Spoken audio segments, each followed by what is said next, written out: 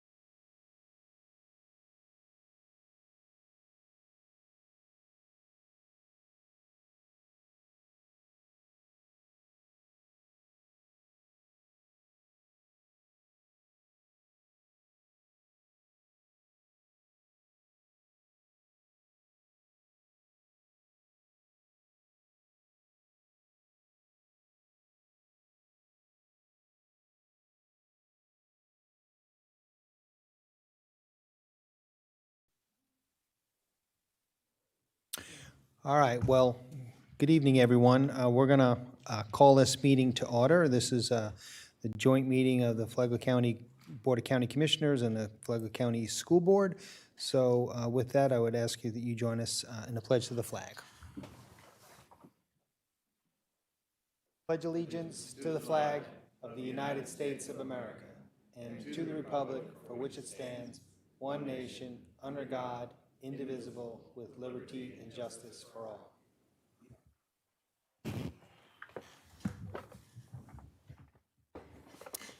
And as we do at the start of all of our meetings, we ask if you would join us in a moment of silence as we think about, remember, and pray for all of the first responders here in Flagler County, the brave men and women of our Flagler County Sheriff's Department, our first responders, all of our essential healthcare workers, and we can never forget the brave men and women of our United States military that keep us safe both here and abroad. So if you wouldn't mind, join us for a moment of silence.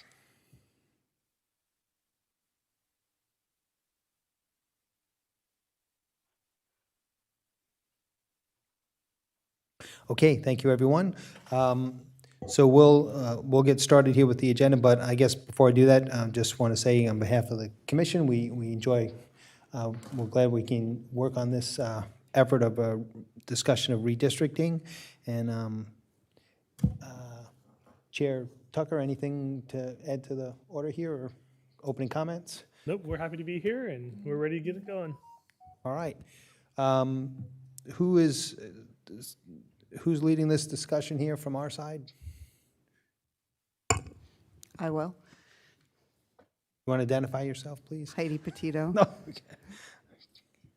Okay. your new county administrator. Since Jorge's not here, he picked a good time to go on vacation because, as you recall, he was the one who kicked it off at our last meeting. Okay. But just to go through it real quick, we've got a few slides to go over. Hopefully this works. Maybe not. Okay, so just to walk through the redistricting schedule. Well, actually, let me start by saying, so what is redistricting? And this is really a process by which differences in the population within the districts are equalized by making adjustments to district boundaries. The reason why we need to redistrict really comes from a requirement from Florida Constitution as well as Chapter 124 of the Florida statutes. The goal here is really to preserve the principle of one person, one vote, making sure that each district has as close to the same number of persons as possible. So who is responsible for this? The legislative body of the county, and that is you guys, and you are required to adjust your district boundaries for that governing body. This is required and done after every census. So this is decennial. It's done every 10 years following the census, which is really why we need to have this done by December 31st because it's done in your odd years. So if we don't get this accomplished by December 31st, of 2021, we're going to have to wait until 2023 to get this accomplished. So looking at this calendar here, this has been the schedule that we've had.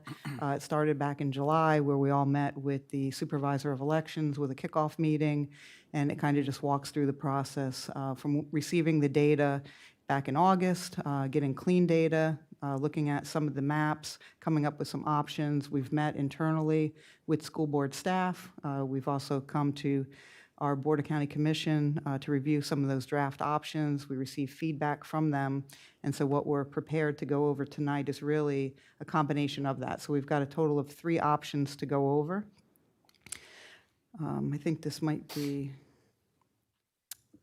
I'm not sure if this is the updated version, but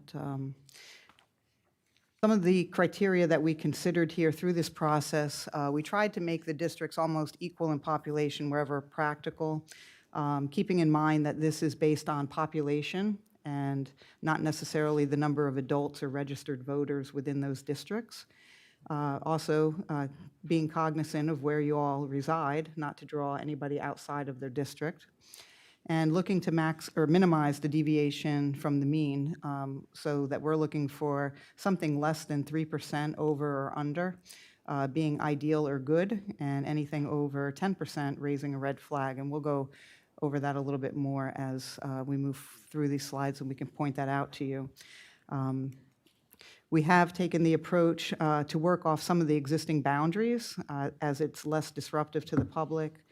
We've looked to follow census blocks and things like that, natural boundaries, major roads, and also trying to look at keeping it as compact as possible without any odd shapes and things like that within the districts.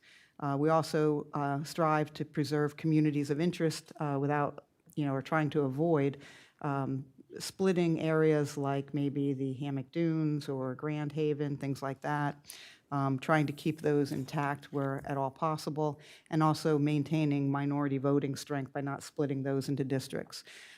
So as we go through the first slide, this is our current districts, and if you look, this kind of gives an explanation of those population differences, and anything above 10% could raise a red flag. So when you look at our current population based on the current district plans, and you look at a combination, you take your highest and lowest numbers, so that deviation between them is actually combined total of 20.43 points, which is extremely high. Again, we're trying to be under 10, so keep that in mind as we go through that. We're going to look at the current districts, and then we also, as I said, we have 3 options for each district, so we have quite a few slides to go through here.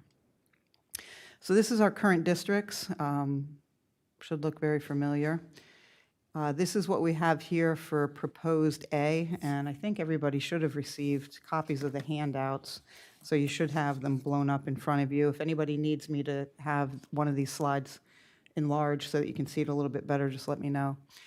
So in looking at proposed District A, you'll see some differences. The population deviation in something like this, it's still in line with something you could do.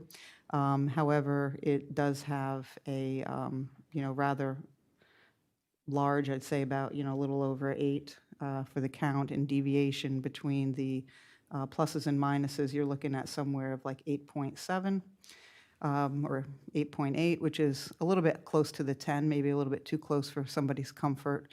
But as you go through the district maps for District 1, you'll see the red outline in the green shaded areas. The red outline is your existing boundaries, and the new additional green shading is what that district would grab or gain. So in District 1, you see a little bit off to the east. That represents the section of town center.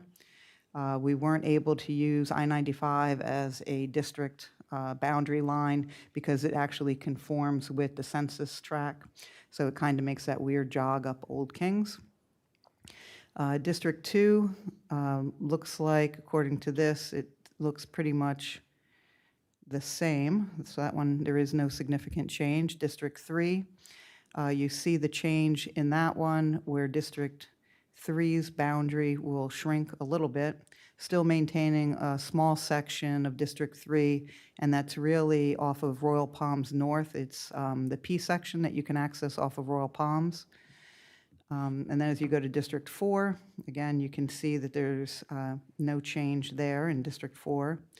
And then District 5, when you look at that, they gain a little bit of land to the south, which really fills in the gap between District 1, 3, and 5, where they kind of overlay.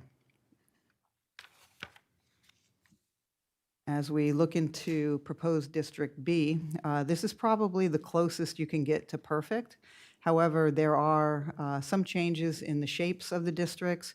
You can kind of see in District 4, I think it was District 4 on this one, or maybe District 4 has got a little bit where it's losing the section to the north to District 2.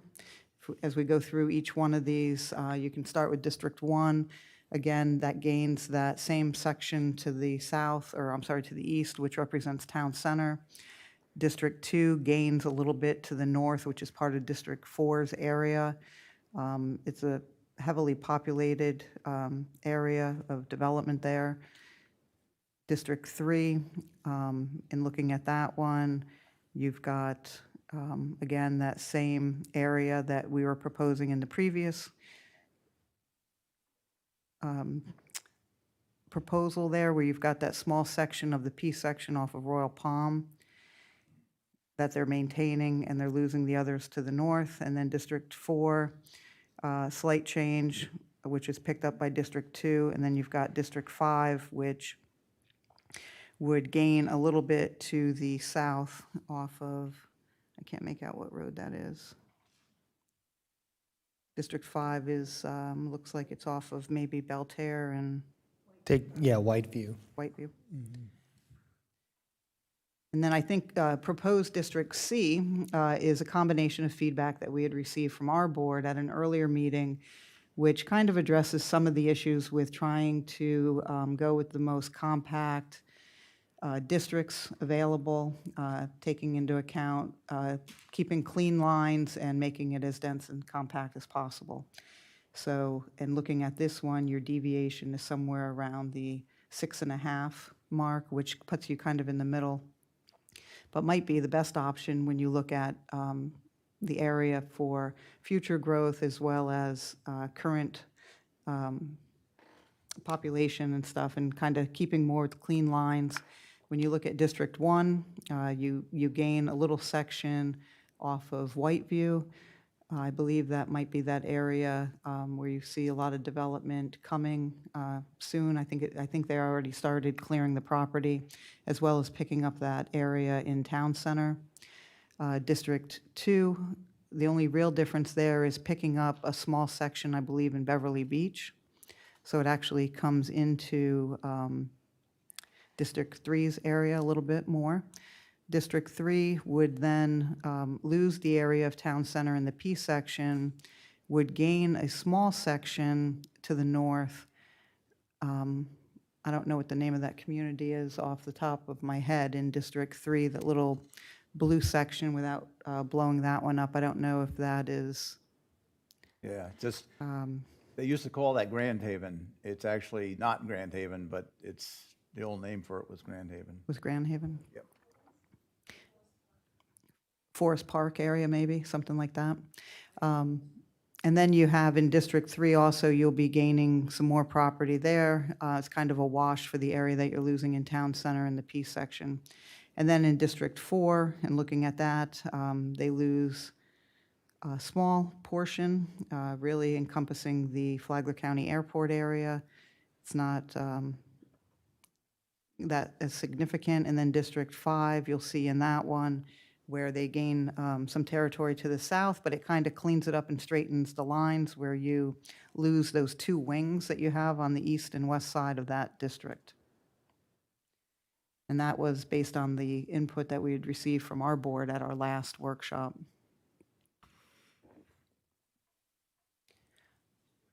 I don't know if that shouldn't have ended, I don't believe.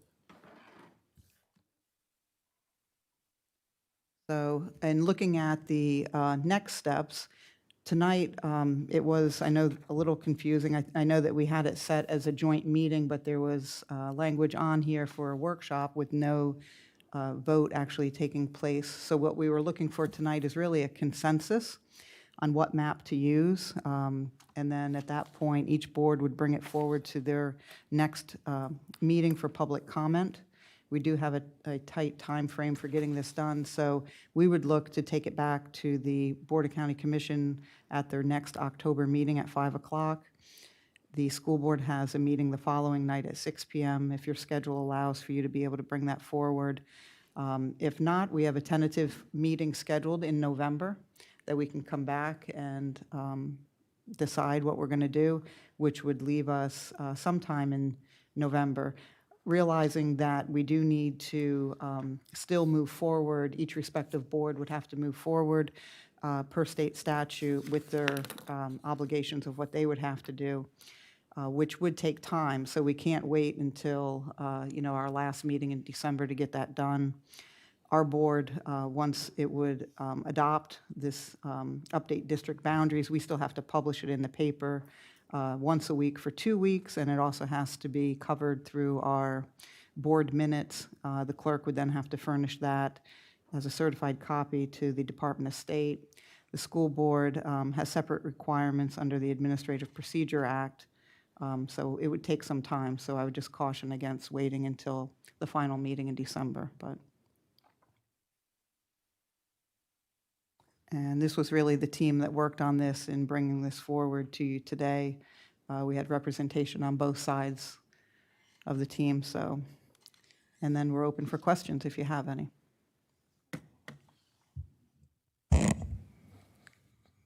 Quick question. Glenn? Yeah. I'm sorry. No, go ahead. Mr. Chairman, is that okay? No, yeah. For clarification, were you saying that the 3% was the ideal deviation? And so if we're looking at the different models, if, for example, proposed B, all of the deviations are real low. I assume that's why you had mentioned that was like the ideal. That is the ideal one there. However, it's ideal in deviation and population, but it might not be ideal when you look at the land mass and trying to keep it as compact. It still would meet the criteria of, being near perfect, but you start to see odd shapes and things like that. So what we were trying to do was go with something where, you look at C, where it's got more of your cleaner lines. So if you just go between the two, you don't have look at District 5, how it's got the wings to the left and Got to ya. the right, and now it looks more cleaned up. So really, we're just trying to clean it up and make it as compact as possible. Okay.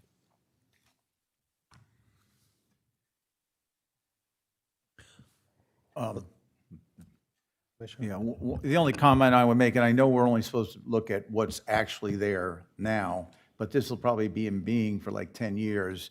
And to be honest, I think it does take that into consideration a little bit for where we expect the growth to be. For instance, D5, which is the one that's out of whack on C, probably is the area of least growth, whereas most of the other ones all will have growth, probably. But that's not supposed to be the main rule while we're doing this, but it's reality. That was one of the wonderings I had when the presentation was being given, is when we're having a rezoning conversation, we talk about projected growth and properties and developments that are already on the books and approved, and reserved seats that have already, taken place and been committed for. Is there any growth projections in this at all? When we looked at it, it's based on the census data, so it's looking at existing population. And by population, it's everybody, it's not just the number of adults or voters. When we cleaned it up and presented now Proposal C, we did take that into account. So that's why some of these lines are cleaned up to account for some areas of growth. I know there's an area up off of close to like the W section, so if you look at District 1, we had taken that into account. Also understanding that when we did this, District 1's population did not include all of that growth that you currently have in Town Center. So a lot of those apartment buildings and villas or townhomes that exist there, not all of those folks lived there at the time that this was done, because this was a year ago. But understanding that, that's why we kind of made some adjustments to that. So it's not completely made on those projected growth, but we did take some of it into account.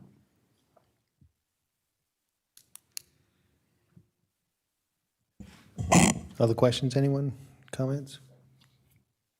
Donald? So this is based on the census. So if you, first time for me, do you do this every 10 years? It's typically done after every 10 years following a census.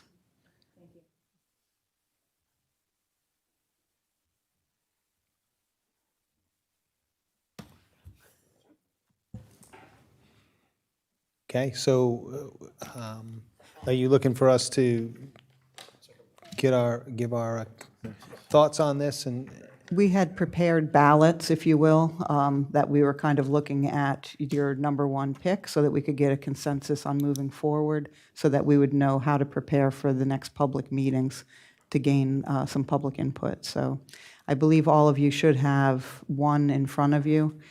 In the event that we have a tie, we will limit it to the top two, and then we'll revote from there. And again, Heidi, you're saying proposed C includes some of the growth that we've been experiencing. Some of the growth, but not all. And even though we thought through that, it's in compliance with all the other requirements of redrawing these boundaries. Correct.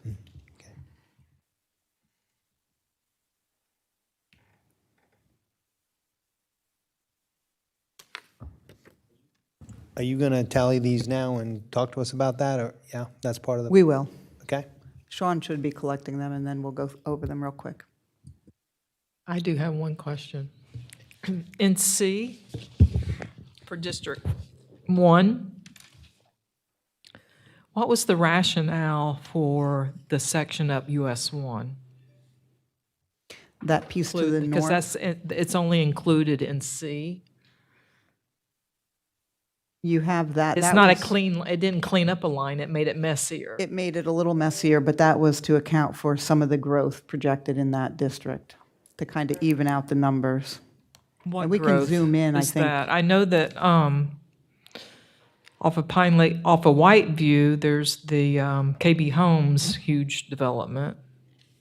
But I don't know, what's the development there, Andy? Do you Well, know? the B adds a small section of existing duplex lots on the north side of Whiteview. So that's the difference between A and B. And then C adds an additional vacant parcel that's under plans for residential. So that odd shape is really vacant land right now. But there's a plan for a residential I think it's multifamily. multifamily? Okay. We believe it's multifamily apartments, but I was going to confirm with GIS.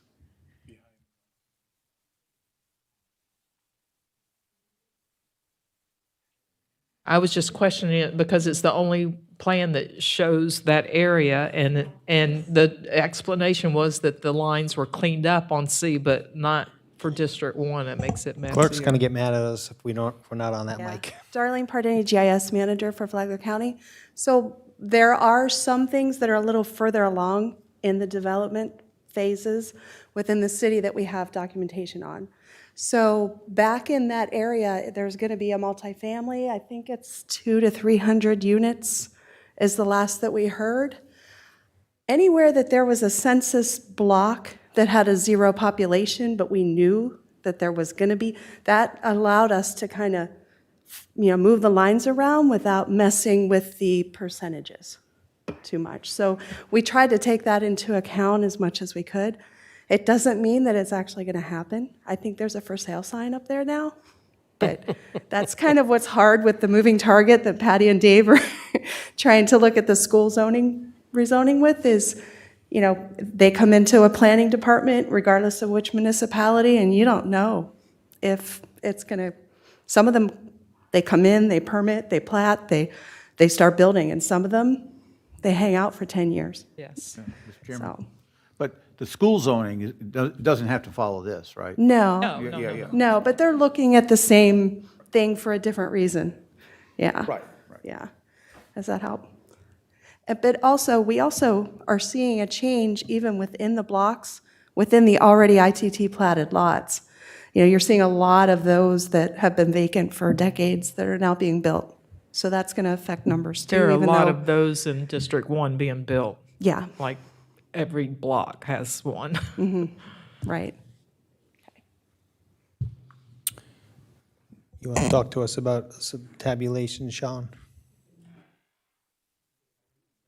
Oh. Yes, please. We're missing 2 people. Sorry, Sean. Jill's holding on to hers. All right. There's 8 of us? You got 8 of them? Well, these are non-binding, so we're okay.